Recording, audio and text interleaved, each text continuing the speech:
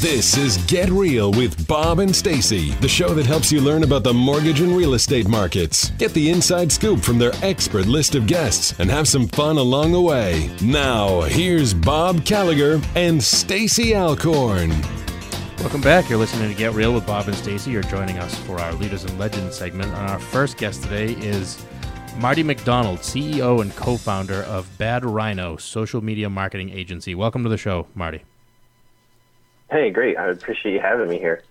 So I want to give everybody some background on Marty. He is the go-to guy for what works in social media marketing. As Bob mentioned, co-founder and CEO of Bad Rhino, Inc. And Marty has used social media strategies to actively recruit and build online marketing businesses for over 12 years.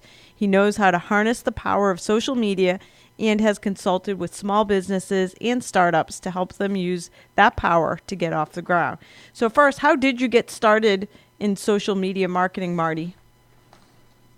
It's a long story because it feels like I started in social media and digital marketing when it was in its infancy. So back in 2002, while I was a headhunter, I started really getting into the earliest forms of LinkedIn. And I was like, oh, this is cool. Like, people are putting their information out there and you could connect with them really easy. You know, back then it was still cold calling, there's still email going on, but having this newfangled little thing that you could connect and create a community or interact with people was really cool. And I started to gravitate towards the social aspect of it, and it helped me find jobs to fill, but it also helped me connect with more candidates and get more referrals.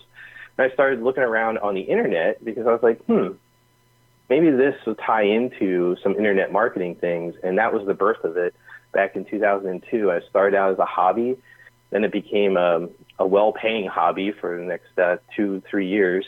And then in 2005, I started consulting with a lot of small businesses. And fast forward to 2010, that turned into a full-blown agency called Bad Rhino. Awesome. Where did the name come from? Everybody asked that question, and I'm pretty sure that's why we kept it. My business partner at the time, he and I were working at a different company, and he had come into my office and basically said, you know what, I don't feel like doing this anymore. And I laughed, and I'm like, well, what do you mean, work for me? And he's like, no, just the work, this type of work. And he's like, I have an idea, and people have been asking me about it. And I said, okay, well, let me hear. And I was interested right away from the concept, and Rich is a great business partner because he is very focused but very thorough and well thought out. And once he laid out this plan, I said, Rich, this is interesting, you know, building it off your current blog and current brand that he had called Corn on the Job. He had built a massive social media following that got him interviews and got him placed in articles and things like that. And people started asking him, Rich, how are you doing this? So him being that well-thought-out person, I said, Rich, come up with a name for this. And then once you have the name, you know, I'll help you hash out some details, and, you know, maybe we can put something together and you could have this little consulting-type agency. So he comes back 15, 20 minutes later with a handful of names, writes them on my whiteboard, and for the life of me, I can only remember two. One was Bad Rhino, and the other one was Moosehorn. And there was another 10 names on there. We stuck with Bad Rhino, and we were off to the races shortly thereafter. Very memorable. Yes, it is. What are the social media? It's a real story. Exactly. That's what I love about it. That's awesome. My real estate company is Lair, and our logo is a lion. And there's a story behind it. So every time I sit down with a possible agent that is joining the company, I start right from the beginning, how our name came about and how it relates to lions hanging out in lairs, etc. And it sticks with people. So I love Bad Rhino. Awesome. Thank you. Yeah. What are the social media marketing challenges for businesses and entrepreneurs as you see it? I think the biggest one, and this is just about everybody. I mean, every size company, every marketing department, every entrepreneur, every small business owner, they get caught up in what's new. They don't necessarily chase the shiny object all over the place, but they get caught up in what could this new thing do for my business, rather than being just like anything else in life. If you're consistent with something, you can get good at it, you'll start to see results. and they're not immediate, but there's an effect to it, just residual effect to it. And that's what I see is we have so many people come to us at first, and they're like, we don't even know where to start. And some of them have established businesses, and some of them are starting out. And it's really fascinating to see that. Now, 7 years ago, it was like, hey, we don't know where to start because we don't understand it. Fast forward 7 years, it's, hey, we don't even know like where we should focus because it seems to be just a new something every single day. That's the biggest challenge. And what I tell everybody to overcome that challenge is wherever your market is and whoever the people who you are that you sell to, that's where you want to be. I hear people like, well, we want to start an Instagram, page. That's fine. Go ahead. But do you have anybody there that you think would, take a look at your service? Mm-hmm. No, we actually think they're on LinkedIn or Facebook. We'll start there and get good at one and then move on to the next ones because they can all tie together in some way. Right. So how can a business leverage their social media? The biggest part is to communicate with current customers first. And then the second phase of it would be to acquire new customers. So the best way to do it is to inform them and entertain them. Let's just take something simple, like a restaurant. It's a very simple idea. Let's just say you serve breakfast, lunch, and dinner, and your main focus is on dinner is you have a great wine collection. So instead of inundating everybody with just wine, since you're known for it, what you want to do is maybe just put things that pair well with the wine, educate the consumer why they might come in there, what makes it a little bit different, but also share wine news and food news just for that general area. That sounds simple, and most people go, well, that seems like a waste of time. But that's what people are doing day in, day out, flipping on their phones. They're looking for interesting things to read while they're at work or while they're waiting at the doctor's office and things like that. If you hit them with a sales thing, it tends to turn people off. So you have to come up with a way that your audience starts to engage, and you have to look at your analytics, and it's a process. So the best way to do it is to start to educate your current consumers, get them to take a look at something that might be interesting to them, and share it. It goes back to basic common sense business, in my opinion, where when you walk into a store, they would know your name because you're local to that neighborhood or wherever. They would just know your name, knew what you wanted, or had some semblance of an idea of who you are and what your shopping habits were, and they would cater to you. And I think people like that, and social media can put that bridge to it. Mm-hmm. And then there's a whole list of other things where you can build email lists and start to target new people and new customers to get on their radar. You can really talk about this for hours on end. It's so interesting.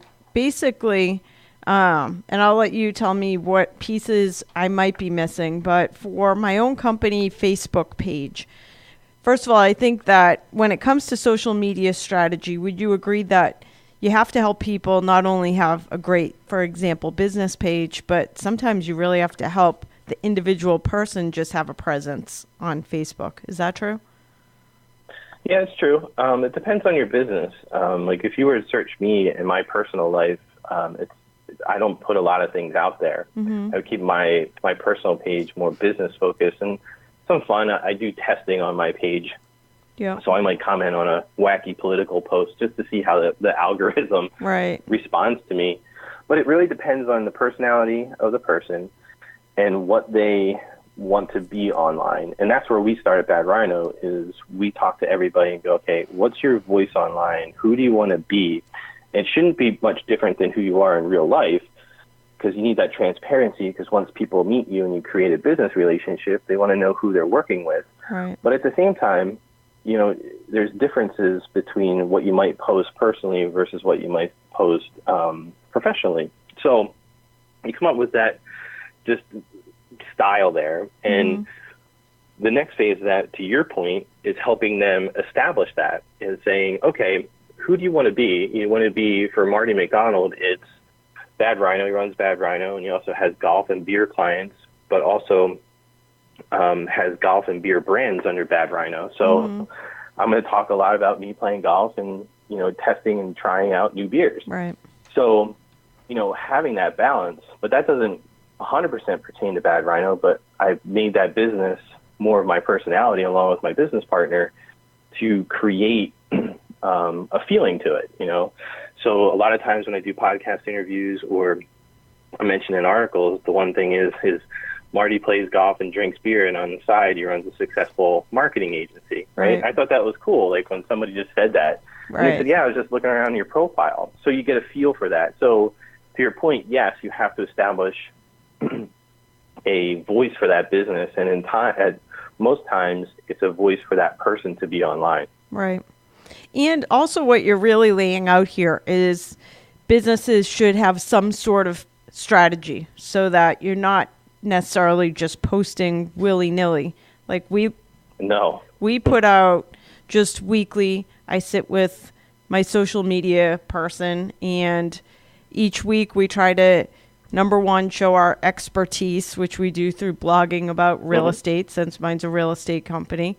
Number two, we also have to segment who is actually watching our social media. So we have two different types of people. One is other agents, our own agents and other real estate agents, and buying and selling consumers. So it's two different messages.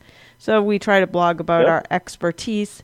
We try to motivational quotes, JPEG motivational quotes get shared like crazy. Client testimonials will turn into a JPEG, put it on our Facebook page. Absolutely.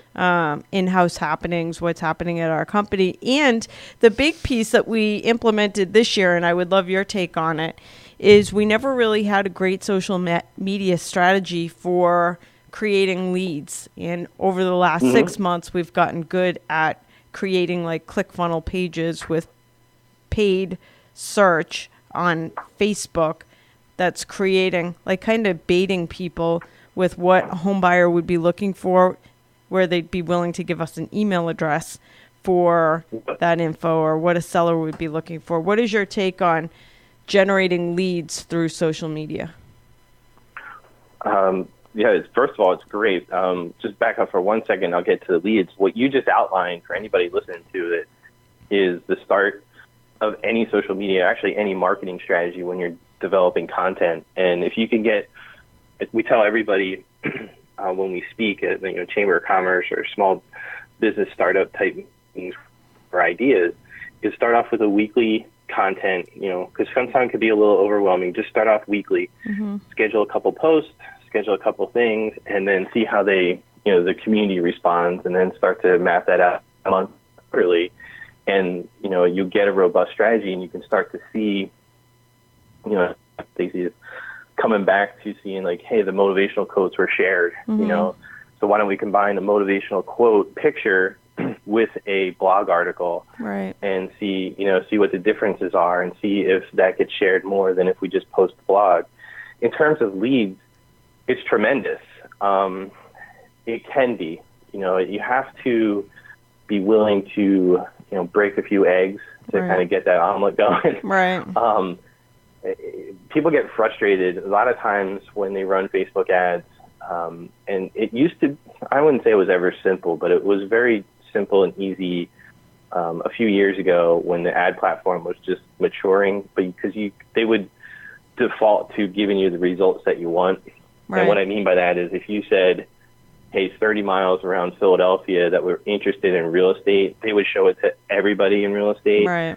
So now it's like, I want to have realtor leads. Let's just say you're an insurance agent. And now you have to get down to a granular level where it's like specifically say, hey, I'm working in real estate and I'm a realtor and I work at these companies, and you can target, which is great. But it takes a little bit of time to get that targeting down. And sometimes people burn through money not knowing what they're doing, and they get frustrated with it.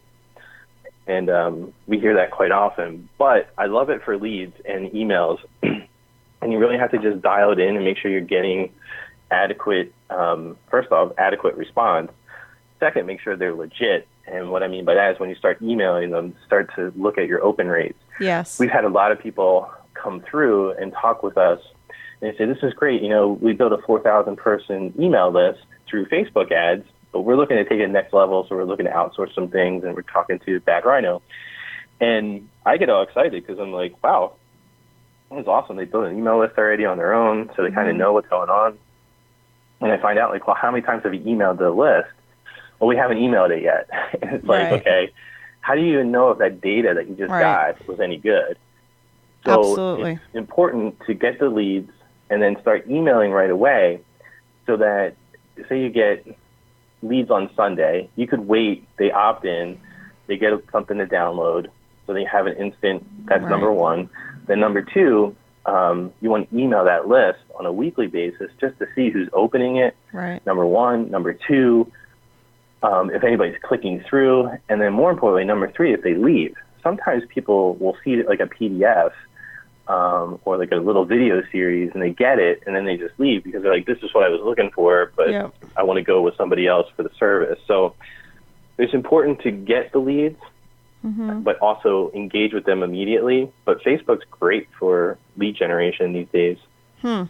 That's awesome. And I think it's all about tweaking. Like you just gave me an awesome idea. Constantly. Yeah, like taking those motivational quotes, embedding them into the articles so that I bet it will increase the number of shares on those expert blog pieces. So that's awesome. Well, tons of great stuff. For anybody that's listening, by the way, we have Marty McDonald from Bad Rhino, a marketing and social media company. Where can people find you? You can simply go to badrhinoinc.com.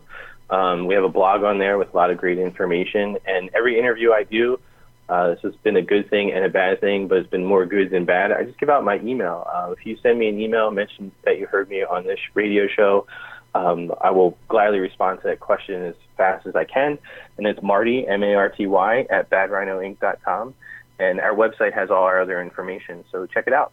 Awesome. Thank you so much for your time today, Marty. Thanks, Marty.